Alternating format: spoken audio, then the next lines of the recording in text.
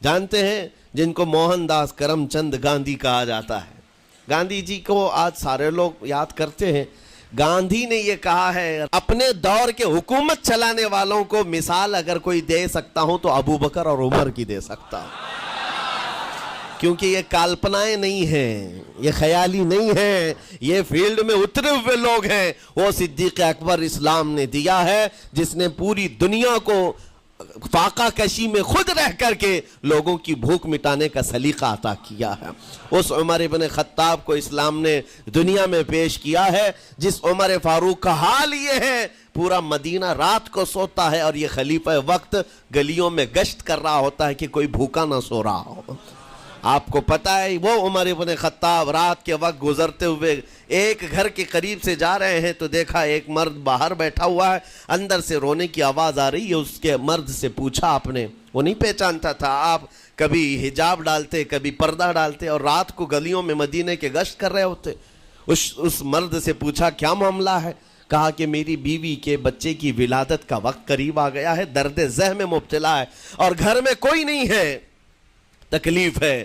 جانتے ہو حضرت عمر فاروق رضی اللہ تعالیٰ عنہ اپنے گھر سے اپنی بیوی کو، اپنی بیٹی کو، اپنی بہو کو بلوایا اور کہا جاؤ یہاں پر گھر میں بچے کی ولادت ہونے والی ہے، اس کی تیمارداری کرو.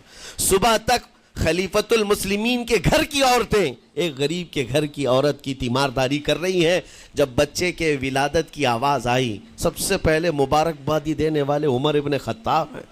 اس سے کہتے ہیں بھائی تمہیں مبارک ہو، اللہ نے بیٹا عطا فرمایا. وہ خوش و خرم ہے کہ میرا کوئی رشتہ دار نہیں ہے، اجنبی رات کو آیا ہے اور مجھے مبارکبادی بھی دیا، میرے گھر کے سارے کام کاج بھی اٹھا لیا اور اپنی پیٹھ پر گھر سے بوریا لا کر کے آٹے اور راشن کا اس گھر میں پہنچایا اور کہا خوش و خرم رہو، اللہ نے تمہارے گھر میں برکت دی ہے. صبح اٹھ کر کے وہ لوگوں کو بتا رہا ہے اللہ نے رات کو ایک عجیب فرشتہ بھیجا، میرے گھر میں اکیلی عورت تھی، درد ذہ میں مبتلا تھی، 3 عورتیں بھی آئی اور ایک مرد بھی آیا، رات بھر میرے ساتھ بیٹھا رہا، مجھے کھلایا پلایا بھی، میرے گھر کی تیمارداری بھی کر کے گیا. لوگوں نے کہا جانتے ہو کون تھا؟ وہ عمر ابن خطاب امیر المومنین تھے.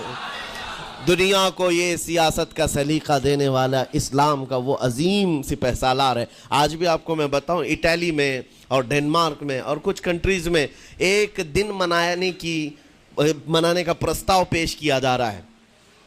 یہ نہیں کہہ رہا ہوں ریچرڈ کا یا ریمونڈ کا، کوئی جو بڑے بڑے ان کے سپہ سالار ہیں ان کا ایک دن منایا جائے گا جن کو مطلب کوئی بہت بڑا نوبل پرائز ملا ہو.